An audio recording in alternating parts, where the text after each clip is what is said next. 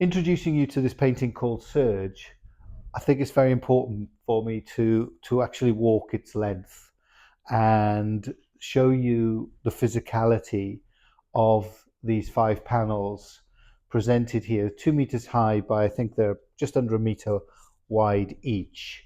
And this kind of expanse of a wave oncoming onto the shore, onto the beach, onto the sandy beach, gives you a kind of real sense of the dramatic, because obviously, half of the painting is still the raw linen with sprays and with the drips from the running turpentine dribbles from the actual paint itself. So it gives you that real energy of what that wave is about to take over that space on the beach. Gives you that kind of plan view almost, which I've been playing around with drones, um, and taking sort of research photographs with drones. And yet, curiously, this wasn't the drone that did this. This was like the power of the wave undercutting the sand on the beach, which gave then a very interesting sort of like shelf plinth to stand and observe this undercutting and this wave coming in to the shore.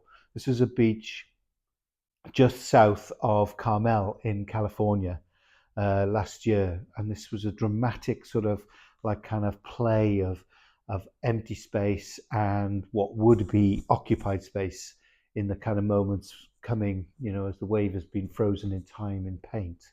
So there's a kind of real interesting energy and relationship between the positive and negative here that I like, as well as, of course, the kind of real thickness of the palette knife technique and the wax and the oil together that gives you that kind of physicality and sculptural element to the work itself.